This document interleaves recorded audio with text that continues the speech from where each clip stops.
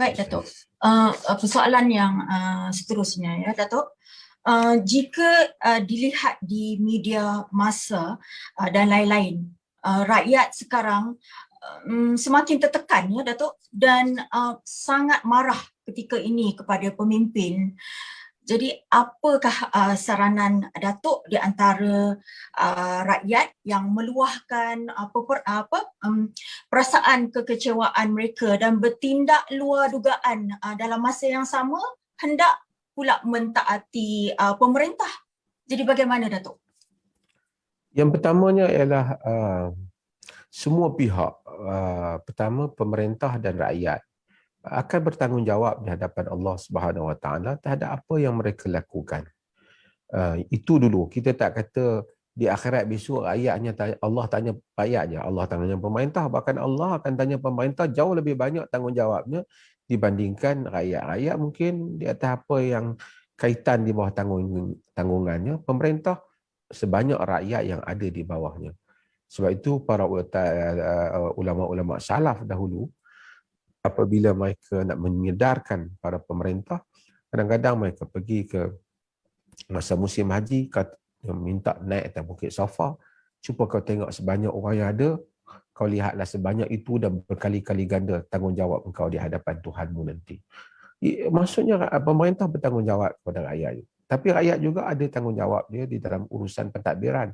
Bahawasanya apa yang dia sebut, apa yang dia ulas, hendaklah tidak menyanggahi tata cara dan adab di dalam hubungan antara rakyat dan pemerintah.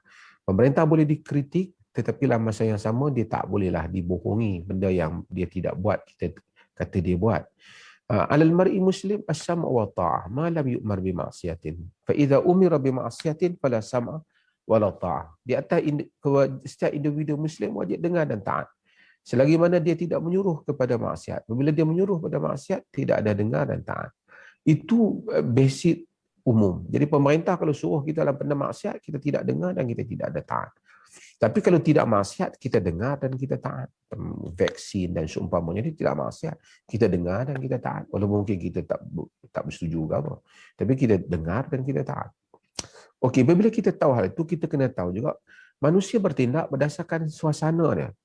Sebab tu kita sekarang orang satu tempoh yang lama, tapi kita bayangkanlah kan, ujian Allah pada kita ni, kita berada dah 2 tahun lebih di dalam keadaan kawalan pandemik yang sedang berlaku ni.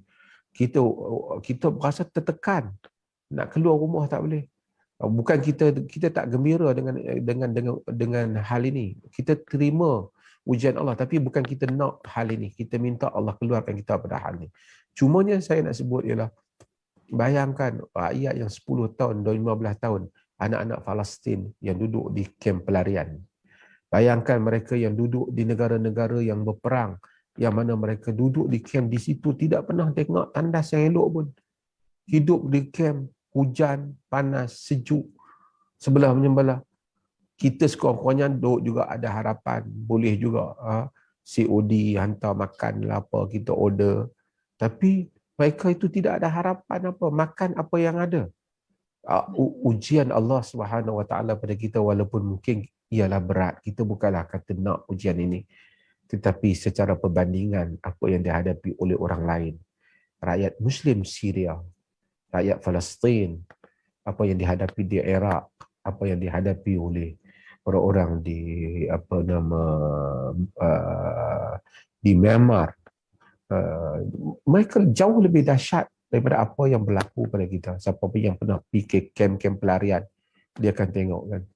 Nak main bola sebiji pun susah kan. Anak tu lahir juga. Anak tu nak duduk di mana.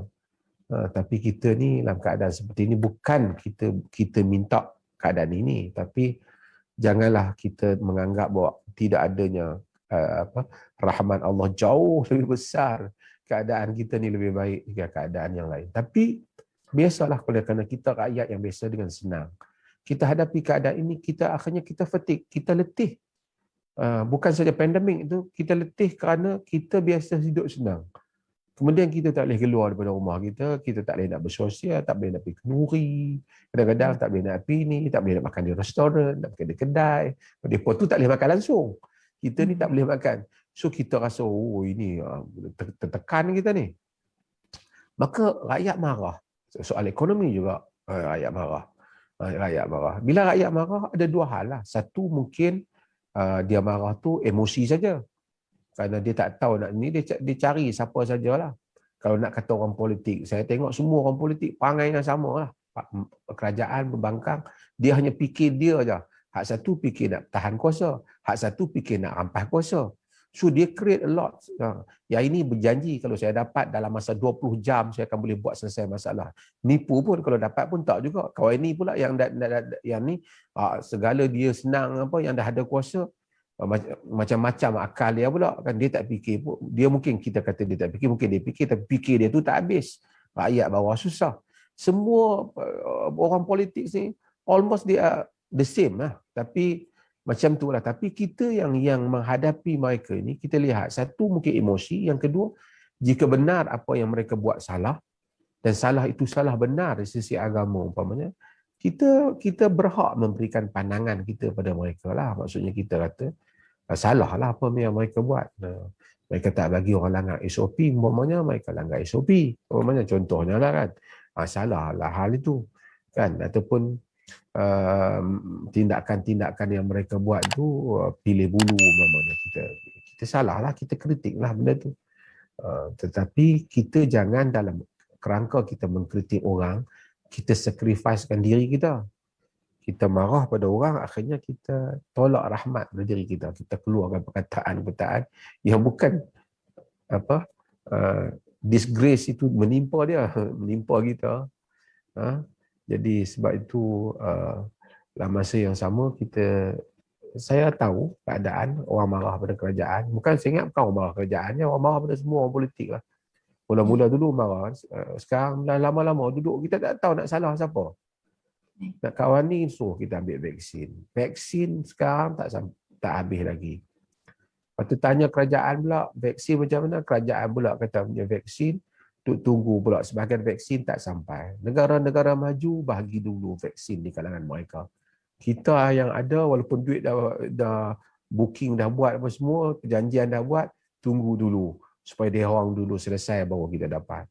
Dalam vaksin nak datang, mari varian baru pula. Oh, so many masalah yang ada kan.